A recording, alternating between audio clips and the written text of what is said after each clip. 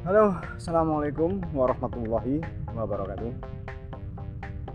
Masih bersama GPS Official ID, dan semoga saja ya di hari ini kita semuanya masih diberikan kesehatan dan dimudahkan segala urusan. Oke men, kali ini saya mungkin berada di sebuah lokasi tambak udang Monamai yang berada di Desa Karangrejo, Kecamatan Tanan, Kabupaten Kebumen. Oke men, mungkin kalau kita amati atau kita lihat, banyak sekali kas kolam yang sudah tidak dipakai lagi dari para pelaku usaha ya men, dari para pelaku usaha yang membudidaya udang gitu. Mungkin karena faktor biaya atau daya beli masyarakat yang menurun. Oke men, bisa saya informasikan di sini sangat gersang sekali ya, karena ini sudah berseberangan atau nah sebelah sana itu men, sebelah sana itu sudah pantai selatan. Akan tetapi juga masih ada yang bertahan ya men, untuk tetap budidaya udang gitu ya. Siapa tahu nanti saya mungkin bisa bertemu salah satu seorang yang mungkin masih karena saya kalau amati di sini tuh masih ada yang nah itu men, kalau ini masih men, masih istilahnya bertahan ya. Siapa tahu nanti dari bapak-bapak pemilik kawasan udang ini berada di sini dan bisa kita temui serta kita ngobrol-ngobrol bareng. Oke men. Nah di sana itu men, pantai selatan sudah kelihatan. Oke, sambil jalan ya, sambil mencari siapa tahu bu nanti saya ketemu gitu. Kali ini saya ditemani Mas Pur. Jadi dia bukan pemilik dari lahan tambak udang ini, tapi melainkan pekerja gitu ya men. Jadi tadi saya sempat ngobrol sebentar untuk 1.500 meter persegi dari ukuran kolam ini, itu bisa dipelihara kurang lebih 150.000 ekor udang sampai 200.000 udang men. Dan katanya kalau untuk ukuran yang sedang itu 2 atau 3 bulan sudah siap dipasarkan. Kalau untuk ukuran yang sesuai standar itu sekitar 3 bulan men.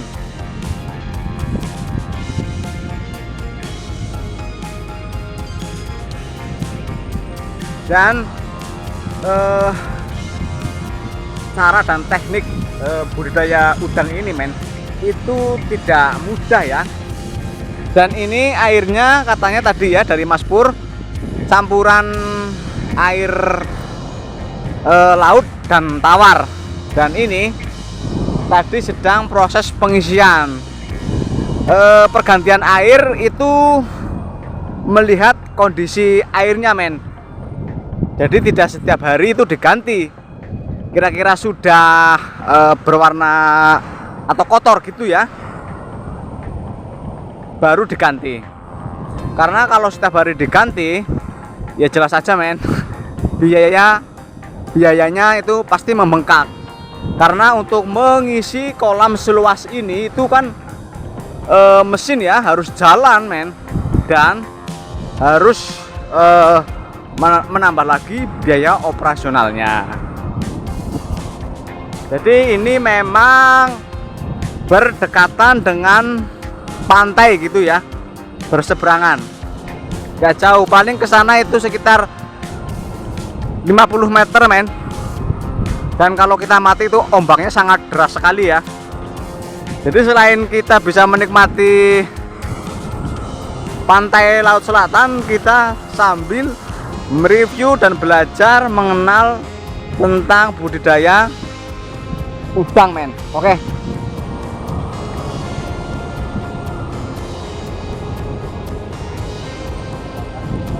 Gimana Mas Pur?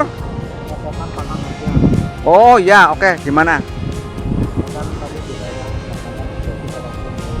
Oh, oke men. Jadi ini alat ya, walaupun bisa terbilang sederhana, tapi ini kata Mas Pur alat untuk pengecekan pakan udang. Oke men, bisa kita lihat. Wow, ini katanya sudah habis men. Ini udah usia berapa bulan ini Mas Pur? 40 hari ya. Nah, kalau untuk memprediksi kematian, tentunya dari sangat-sangat di pembuangan limbahnya kita kan ada tempat pembuangannya, biasanya terbawa sama limbah. oh, dari pembuangan air ya, Pembuangan kotoran. kotoran. Gitu ya. Kenapa ini kincirnya nggak dinyalakan Mas Pur? Ya waktunya makan ini sudah waktunya mau. Oh gitu. Oke men, jadi ini tadi alat untuk melihat kondisi makanan sudah habis atau belum. Ya sangat sederhana, efisien, tapi akurat gitu men. Oke, kita ikuti Mas Pur ya. Nah, di sana juga sudah kosong ya men. Jadi sudah tidak seperti waktu pertama kawasan ini buka gitu.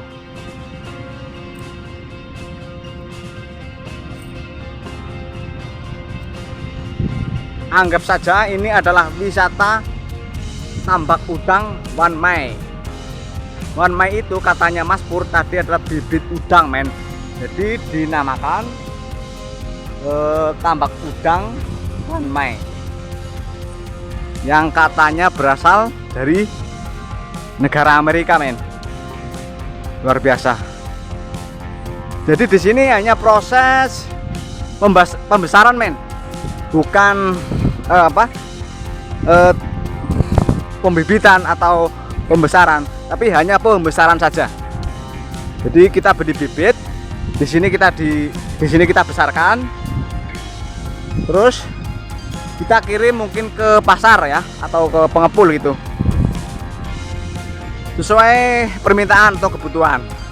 Ada yang 2 bulan, kalau standarnya itu 4 bulan gitu. Nah ini adalah bedeng ya untuk istirahat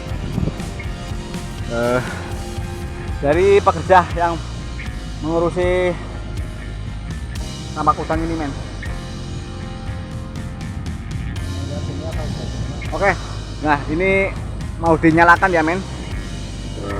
Nah kincirnya mau dinyalakan ini men. Oke, nah lihat itu kan berputar. Nah tujuan atau fungsi dari kincir itu, karena udang itu memiliki sifat hidup di air yang bergerak gitu men. Jadi kalau kincir ini nggak digerakkan, bisa kemungkinan angka kematian dari udang itu sendiri bisa lebih besar men.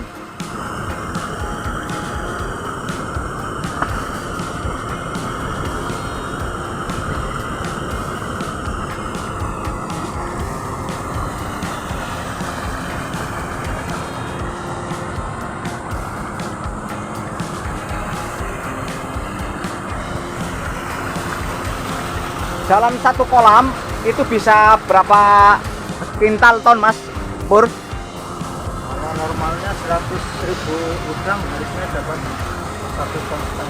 1,5 ton. 100.000 udang. Terus harga per kilo udang berapa? Tergantung size, Size apa itu? ukuran besar kecilnya.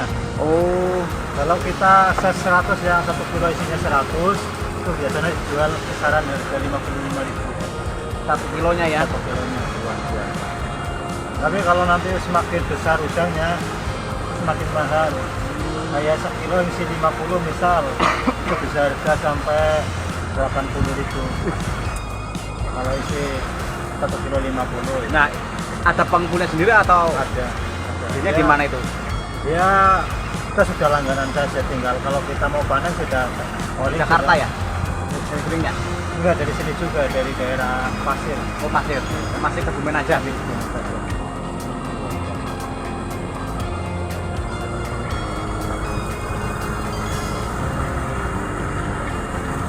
Nah, kalau untuk jenis udang itu sendiri apa berbeda-beda Mas Pur? Hampir sama, cuma namanya saja yang beda. Oh, namanya. Iya, kayak model padi saja lah. Kita ada padi apa saja namanya. Udang juga ada. Ada yang namanya Suma, ada yang namanya PKP, Ya. PPA. Ya sama-sama, cuma beda nama sama yang mengeluarkan bibit itu beda pabrik saja lah. Ya kemungkinan ya sama-sama lah. Tapi kan otomatis apa ya? Karena namanya berbeda. Ya walaupun itu udang, tapi kan karena namanya berbeda, pasti kan cara pemeliharaannya juga berbeda juga kan Mas? Oh sama, karena Sama? masih satu jenis.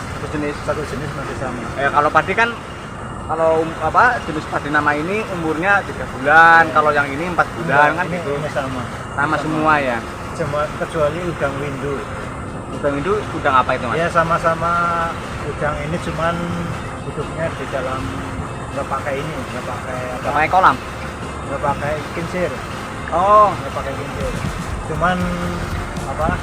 Itu biasanya di pantai utara yang ada. Kalau di sini nggak ada. Oh, gitu. Itu yang biasanya dicampurkan sama ikan-ikan yang lain hidupnya.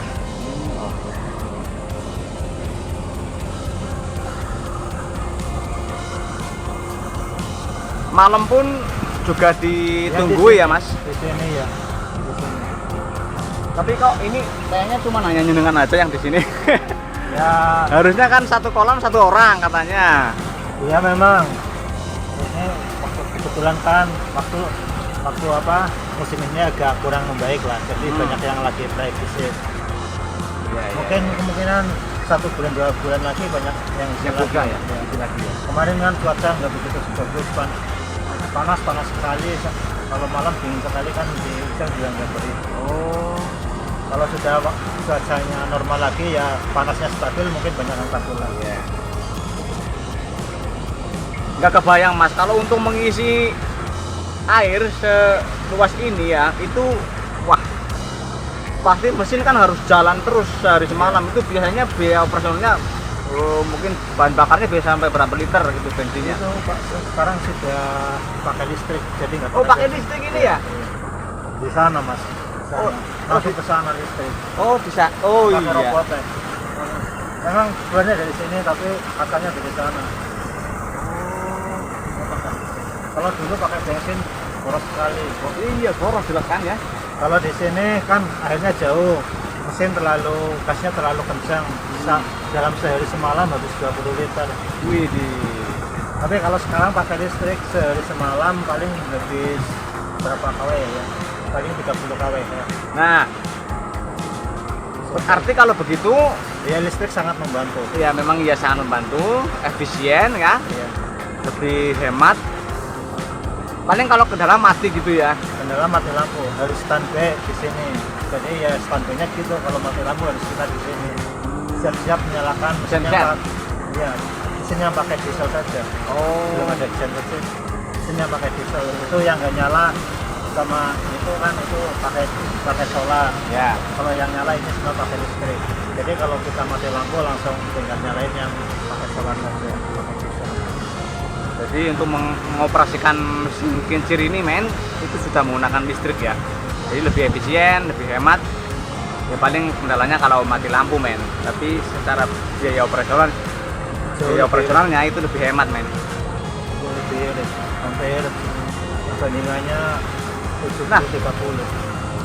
Nah. Tapi ini satu apa ya, satu panel gitu ya, satu panel digunakan untuk beberapa kolam gitu ya. Iya. Ini sekarangnya di sini. Oh gitu. Jadi pusatnya di sana, cuman kan terlalu jauh, jadi sambung sama sini saja. Ini di sini. Oke. Ini, Oh. ini, lihat ke sana kan mati nih. Ya. Nah, tuh kan mati. Oh iya. Ini dinyalakan langsung hidup. Nah. Ya kayak ini juga sama. Nah, itu kan mati dinyalakan. Dinyalakan hidup lagi.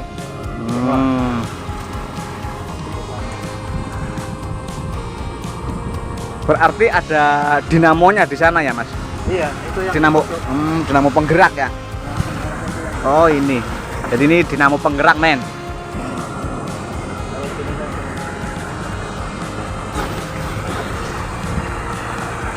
Oh iya.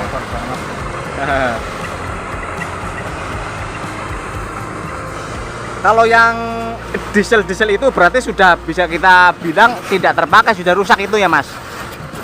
Sudah mangkrak gitu ya? Yang itu, Ya. yang di sana apa yang di situ?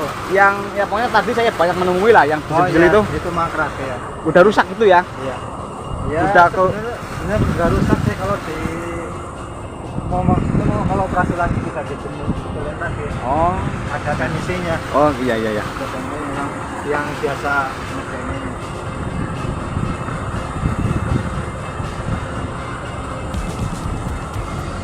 Oke men, kiranya cukup sampai di sini pertemuan kita pada hari ini ya. Mungkin apabila ada kesalahan saya dengan Mas Pur dalam memberikan informasi seputar kawasan tambak udang One Mei ini tidak maksimal, kami minta maaf yang sebesar-besarnya. Ketemu lagi di video berikutnya. GPS Official ID pamit undur diri. Wassalamualaikum warahmatullahi wabarakatuh.